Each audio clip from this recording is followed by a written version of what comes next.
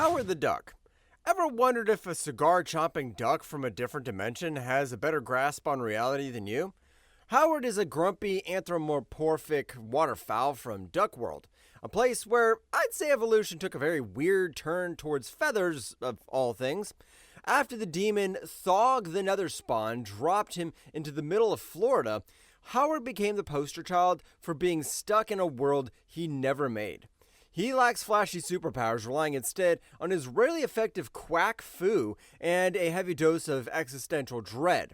His life is basically a series of bizarre jobs, like driving a cab or running for president, while acting as a grounded straight man to the cosmic nonsense around him.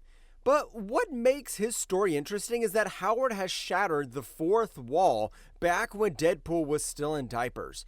He doesn't break reality for fun, he does it because he's tired of the writer's lack of imagination. In Howard the Duck number 16, Howard actually boards a bus with his creator, Steve Gerber, to complain about the plot being a mess. He treats the comic medium as an annoying coworker who keeps missing deadlines. I guess it's hard to stay in character when you're literally arguing with the guy holding the pen about how bad the dialogue is. Because nothing says heroic journey like a duck having a midlife crisis on a Greyhound bus with his own god. She-Hulk. If you think being a lawyer's tough, try doing it while being 7 feet tall and bright green. Jennifer Walters is the cousin of Bruce Banner, and she got her powers from a life-saving blood transfusion that gave her a more manageable version of the Hulk's condition. Lucky her. Unlike Bruce, she keeps her brain and her personality, which means she spends her days balancing Avengers missions with high-stakes legal cases. Jennifer is confident and witty, but her secret weapon is that she's fully aware she's a comic book character. Long before meta-humor was trendy, she was busy walking across panel borders to take shortcuts. In the John Byrne era, she would frequently look at the reader to complain about the boring subplots or even threaten the editor to make her do unnecessary crossovers. She once literally ripped through an advertisement page to reach the villain faster. Talk about a convenient shortcut. On top of that, she's known for tossing the narrator out of the panel when they get too wordy. She treats the fourth wall like a suggestion rather than a rule, making her what I call the most self-aware lawyer in history. I guess the reason she's always winning cases is because it's easy to win an argument when you can literally punch the person writing your opponent's dialogue. The Blonde Phantom. Meet Louise Mason, the only superhero who aged in real time because nobody bothered to buy her comics for 40 years. Originally a Golden Age vigilante who fought crime in an evening gown and a mask, she eventually retired to live a normal life. She resurfaced decades later as a legal secretary for She-Hulk, but with a very cynical twist. Louise realized that her retirement was actually just her series being canceled, which gave her a rather tragic kind of comic awareness. While other heroes like Captain America stayed young due to their popularity, she grew old because she was out of print. She spends her time in She-Hulk stories critiquing the artist's work and complaining about being stuck in a comic book limbo. What's even weirder is that she understands her existence is tied directly to sales figures. She treats the fourth wall like a retirement home she was forced into by a fickle audience. It's a pretty dark realization when you know your wrinkles are just the result of a low monthly circulation. I guess this means that she's the only person who can honestly say that being forgotten by fans is a literal biological hazard. That's why nothing beats the existential horror of knowing your aging process is dictated by a boardroom of guys in suits. Fantastic Four. Imagine going to heaven and finding out that God's just the guy with a pencil who really needs to finish a deadline. The Fantastic Four are the first family of Marvel consisting of Reed, Sue, Johnny, and Ben, who got their powers from cosmic rays during a space flight. They aren't just superheroes. They're explorers who treat the multiverse like their backyard. While they usually stay within the story, they've had some of the most profound meta moments in history. First off, there was that time they traveled to the afterlife, only to meet Jack Kirby at a drawing board. Kirby, acting as the creator, even took a phone call from Stan Lee while the team watched in confusion. On top of that, back in 1963, Dr. Doom actually stormed the real-life Marvel offices to yell at the creators for how he was being portrayed. This established that the people writing the comics exist in the same reality as the heroes. It's not just a gag. For the Fantastic Four, the fourth wall is a cosmic truth about their own design. They are the only family that has a direct line to the guy who draws their problems. I just think it might be a bit hard to feel special when your entire destiny depends on whether Jack Kirby had enough coffee that morning. Impossible Man. Some people want to rule the world, but this guy just wants to turn into a giant blender because he thinks it's hilarious. The Impossible Man is a shape-shifting alien from the planet Pop-Up, who can transform into literally anything he can imagine. He doesn't have a tragic backstory or a grand plan. He's just incredibly bored and views the Marvel Universe as a giant playground. His fourth wall breaking is chaotic, and it looks like a Saturday morning cartoon come to life. He frequently pestered Marvel writers until they gave him his own spin-off series. He doesn't care about the rules of reality because he knows he's just a drawing on a page. To him, the fourth wall is just a window he can smash whenever he needs a laugh. Anyways, if you have powers, what's your first thing you want to transform into? Let me know in the comments. Deadpool. Most people talk to themselves, but Wade Wilson talks to the person currently holding his life in their hands. Deadpool is the disfigured mercenary with a healing factor that makes him virtually unkillable, but it's his mouth that really causes the most damage.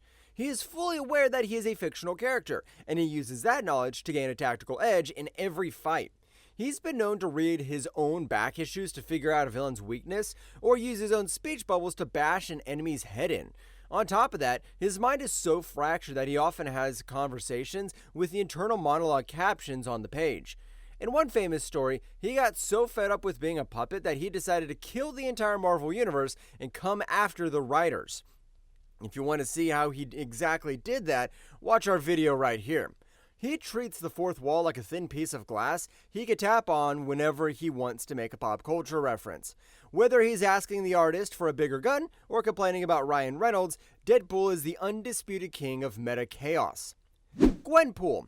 What would you do if you woke up inside a comic book and realized that everyone around you was just a drawing? Gwenpool was a normal girl from our world who got sucked into the Marvel Universe and decided that she wasn't a real person there, so she could do whatever she wanted. She doesn't have super strength, but she has a massive collection of Marvel comics in her head, giving her spoilers for everyone's secret identity. This power is called gutter space manipulation, which allows her to step out of the panels and into the white space between them. She can literally pick up a villain and throw them off the page into nothingness, like she did with Paste Pot Pete and Dr. Doom right here. What makes it even crazier is that she can peek into the next page to see the future before it happens. That's basically time travel, but with extra steps. However, she also lives in constant fear of her series getting canceled because in her mind, that's the same thing as dying. In the end, she treats the comic book medium like a physical playground where she can move the walls and rewrite the ending. She's basically the fangirl who became a goddess simply because she knew where the staples were. Personally, I think she might be even more meta than Deadpool. Loki. The god of mischief has finally found a way to stop being a villain. He just decided to become the guy who tells the story. Loki has always been a trickster, but in more recent forms, he evolved into the god of stories.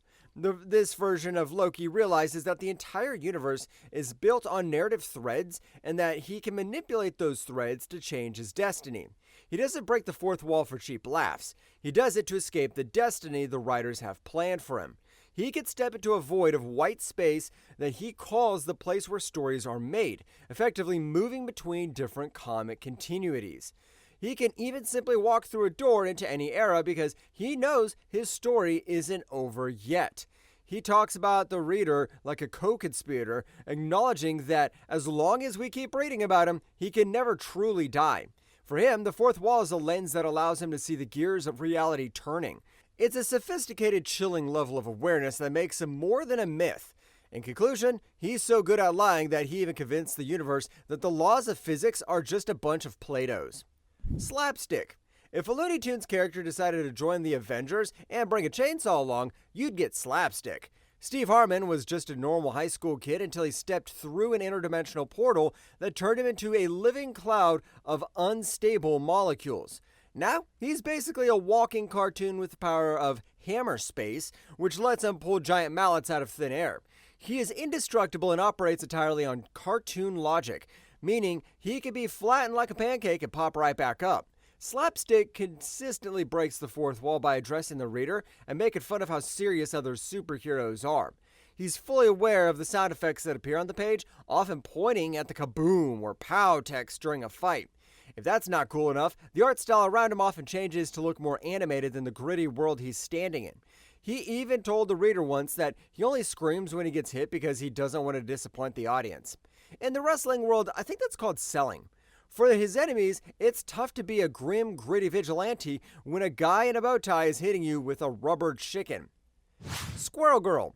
She's defeated Thanos, Doctor Doom, and Galactus, and she did it all while maintaining a 3.8 GPA in computer science. Doreen Green, better known as Squirrel Girl, has the powers of a squirrel and the heart of pure gold. While she mostly plays it straight, her comic is famous for its meta-commentary, usually found in the yellow text at the bottom of the page. These tiny notes from the creators roast the villains and explain the weird history of the characters on screen. Doreen herself is surprisingly chill about being in a comic book. When she met Gwenpool and found out the truth about her reality, she just rolled with it because it explained why she always wins.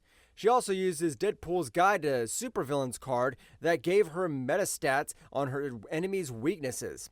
What blows my mind is that she sometimes answers fan mail from the readers right in the middle of her adventures. She doesn't have an existential crisis about being fictional, she's just happy to be here. I guess if I had the power to talk to squirrels, I'd also believe anything is possible in a comic. Rick Jones. Being a professional sidekick is a weird job, but it's even weirder when you realize just a plot device.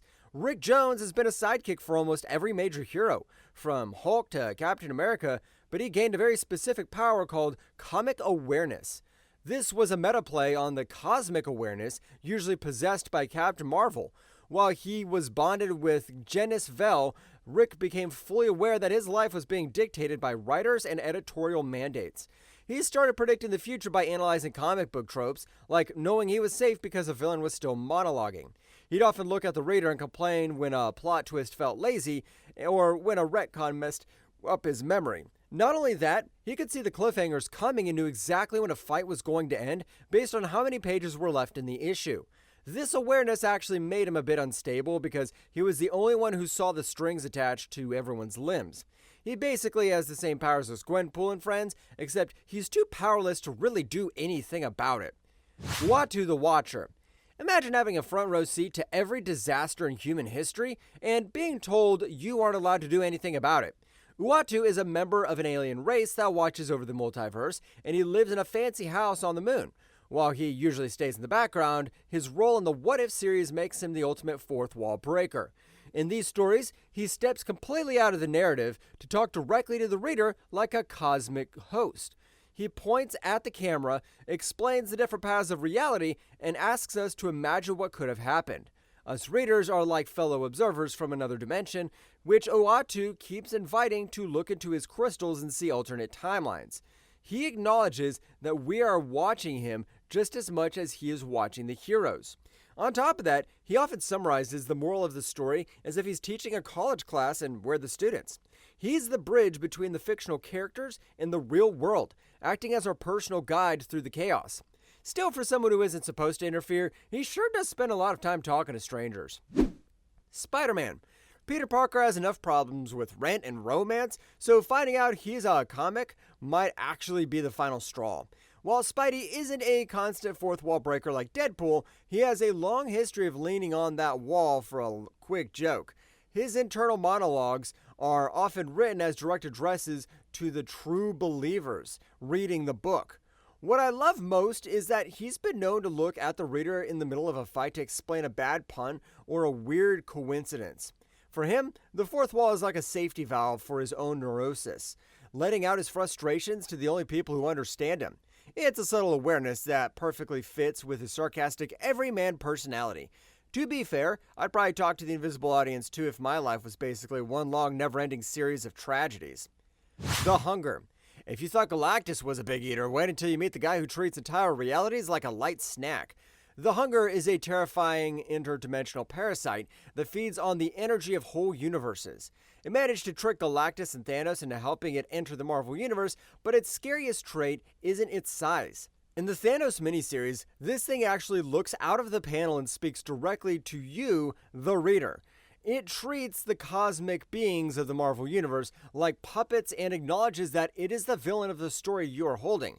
And its speech bubbles often spill out over the borders of the panels as if it's physically trying to crawl out of the book. Scariest thing is, it doesn't make jokes. It just stares at you with a jagged grin, letting you know that it sees you watching. It's honestly one of the few characters who make the reader feel like they might be next on the menu. Let me know in the comments if you feel that way. Well, that's it for this one. If you liked the video, hit that like button, subscribe for more, and ring the bell so you never miss a drop. Craving more stories from comics, movies, and beyond? Check out this video right here. Cheers, and see you in the next one.